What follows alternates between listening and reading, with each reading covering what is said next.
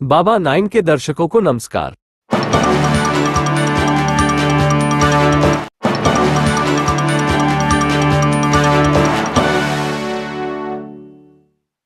राजस्थान विधानसभा चुनाव 2023 के लिए आज वोटिंग का दिन रहा।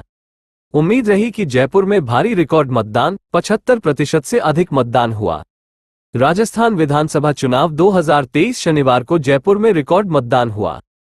कुल 200 विधानसभा सीटों में से 199 सीटों पर आज शनिवार को सुबह 7 बजे से मतदान शुरू हुआ। सर, यहाँ पे जितने भी प्रत्याशी खड़े हुए हैं, आपने उनमें से एक को वोट दिया है। आपने क्या सोच के उन प्रत्याशियों को सेलेक्ट किया है? हम तो काम जो हमारा जो काम आज तक जो देश में जो चल रहा है, मैं उसी को देखते हुए मैं वो कर रहा हूँ कि कितना अपने देश में उन्नति की है, कितनी विदेशों में हमारा वो बनी है कि भेदभाव नहीं होना चाहिए। तो मैडम, आपने भी वोट किया है, आपने क्या सोच के वोट डाला? गली मोहल्ले का काम अच्छे से कराए हमारा, और है क्या है इस वजह से।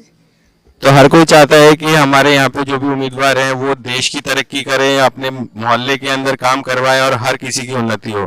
सर, आपने वोट कास्ट किया अभी?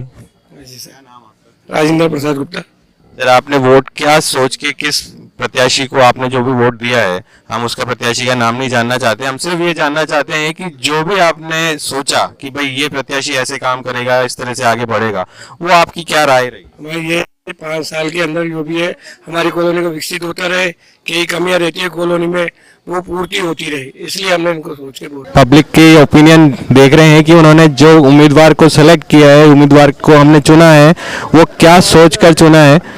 तो सर, आप अपना नाम बताएं एक बार। मेरा नाम देवेंद्र है। सर, आपने यहाँ पे वोट कास्ट किया है अभी? हाँ जी, हाँ बिल्कुल। तो सर, जो उम्मीदवार आपने सेलेक्ट किया है, जो उम्मीदवार को आपने चयन किया है, वो आप उसके पीछे क्या क्या सोच रही है उस उम्मीदवार को चुनने के लिए? नहीं, हमारी सोच तो यही रही है सर कि ये एक तो कैंडिडेट नए हैं, नए कैंडिडेट को ज़रूर चांस मिलना चाहिए। और दूसरा, उन्होंने जो आश्वासन दिए हैं कि जो पिछले गवर्नमेंट में या पिछले एमएलए ने जो काम नहीं किए हैं उसको मैं अपने प्रायोरिटी पे लेकर के कराने की पूरी कोशिश करूँगा, ये उन्होंने एश्योरेंस दिया है हम लोगों को। तो हम भी चाहते हैं कि एक बार ऐसे आदमी को भी चांस देना चाहिए जो इस कॉलोनी के बारे में, देश के बारे में, जनता के बारे में बहुत अपनी वो रखता हो सोच, कि भाई पॉजिटिव सोच रखता हो कि वाकई में ही काम को ही तवज्जो मिले, तो ऐसे ही आदमी को वोट देना चाहिए, मेरी तो ये मान है। तो सर, जितने भी उम्मीदवार यहाँ खड़े हुए हैं वो आज, जैसे आपने कहा कि बहुत नए खून है, नया डायनामिक चेहरा हमारे सामने आया है, तो तकनीक और जो पुराना एक व्यवहार जो माना जाता था पहले कि व्यवहार के अंदर हम चैनलाइज करते हैं चीज़ों को पॉलिटिक्स में, उसमें जो बदलाव आया उसके लिए आप क्या सोचते हैं? नहीं, पहले तो सर देखो ऐसा था कि पहले तो कि एक जैसे बुज़ुर्गों ने या कॉलोनी के पर्टिकुलर एरिया ने एक अपने मानस से एक सोच बना रखी होती थी कि भाई अपने को इस पार्टी को ही वोट देना है। मैम, आपने क्या सोच के आज जो वोट डाला, उसके पीछे क्या मंशा रही? पार्क डेवलप होना चाहिए कटेवा नगर में। कटेवा नगर हम लोग बच्चों को लेकर के बहुत दूर दूर जाना पड़ता है। हम ये हमारे एक बेसिक सबसे प्रायोरिटी वाली डिमांड है कि हमारे यहाँ का जो पार्क है वो डेवलप नहीं हो पा रहा, वहाँ मंडी लगती है और बस ऐसे माना जा रहा है। इससे पहले 2018 विधानसभा चुनाव में जयपुर में 72.62% मतदान हुआ था। जयपुर में शनिवार को सुबह से ही मतदान केंद्रों पर मतदाताओं की लंबी कतारें लगी नजर आई। इस चुनाव में कई नए मतदाताओं ने अपने मताधिकार का उपयोग किया। नमस्कार, बाबा 9 से मैं भूपेंद्र। इस समय हम मौजूद हैं मालवीय नगर विधानसभा क्षेत्र में। हमारे साथ युवा वोटर भी मौजूद हैं जो कि पहली बार वोट डालने आए हैं। तो आइए जानते हैं कैसा महसूस कर रहे हैं, क्या है उनके मन में। आपका शुभ नाम? मेरा नाम रजत माथुर है। रजत माथुर जी, आप 18 साल के हो गए? यस। तो आपका पहला वोट है ये? हाँ जी। तो कैसा लग रहा है, कैसा महसूस कर रहे हैं आप? मुझे बहुत अच्छा लग रहा है, पहली बार वोट देने जा रहा हूँ, तो अच्छा ही लगता है। वोट किस पर्पज़ से डालना चाह रहे हैं आप? एक सोसाइटी में चेंज लाने के लिए, ताकि चेंज हो सोसाइटी, इसलिए। तो आप युवा हैं, किशोरावस्था को पार करके युवावस्था में हैं। आगे आप क्या सोचते हैं कि आगे जो भी सरकार बने तो आप लोगों के लिए, युवाओं के लिए क्या करें? लाइक वो एजुकेशन में थोड़ा वो करे, चेंजेस करे एंड समथिंग वो सब। इस समय हम मालवीय नगर विधानसभा में सेंट एडमंड्स स्कूल 54 भाग संख्या में मौजूद हैं। हमारे साथ वोटर्स हैं जो कि पहली बार वोट डाल रहे हैं। आइए जानते हैं उन्होंने कैसा महसूस कर रहे हैं वोट डाल के। आपका शुभ नाम? कविता मीना। कविता जी, आपका पहला वोट है? यस। तो कैसा महसूस कर रहे हैं पहला वोट डाल के? अच्छा महसूस हो रहा है और पहली बार मतदान किया है तो लोकतंत्र के महत्व के बारे में पता चला है। भाई हमारा एक वोट डालते तो एक पता चलता है कि हमारी भागीदारी है लोकतंत्र में। तो क्या सोचकर आपने वोट डाला है? मैंने ये सोच के वोट डाला है कि मतलब जो हमारे लिए मुझे लगा कि 5 सालों में कुछ अच्छा हो सके, कोई सुविधाएं हमारे जीवन को सुविधाजनक बनाने में जो सरकार हमें सहयोग कर सके, तो उसके हिसाब से। चलिए, बहुत बढ़िया। आपका शुभ नाम? कमलेश कुमार मीणा। कमलेश जी सर। तो आपका पहला वोट है या इससे पहले भी वोट डाल? पहले भी डाल चुका हूँ सर। क्या रहा आपका वोट डालने का पर्पस, क्या रहता है? सर वोट डालने का पर्पस यही है कि यहाँ एक सुविधाएं जो हमारे लिए अच्छी हों और बेहतर से बेहतर कर सकें। जो सरकार करती है हमारे लिए अच्छे से अच्छे कानून बना सकें, अच्छी सुविधाएं पैदा कर सकें। तो मौजूदा जो सरकार है और अब जो सरकार आएगी, उनसे आपकी क्या अपेक्षाएं हैं? अब जो सरकार आएगी उनसे हमारी यही अपेक्षा है कि आने वाला वक्त और भी अच्छा हो और जो हर सुविधा हैं जो और भी बेहतर हों। शिक्षा की क्षेत्र से जुड़ी हुई, शिक्षा के अलावा रोजगार क्षेत्र से अच्छे सुनहरे अवसर मिले हमें रोजगार के लिए, हम यही सोचते हैं। चलिए, धन्यवाद। सर आपका नाम बताएंगे? सत्यनारायण। क्या है कि सब अभी राजस्थान में तो काम सही कर रहे हैं वैसे तो। कमी जरूर हमें लगती है अभी जो प्रेजेंट सरकार है उसमें, कि ट्रैफिक व्यवस्था जो है ना उस पर ध्यान नहीं है। बाकी वैसे सरकार अच्छी चल रही है।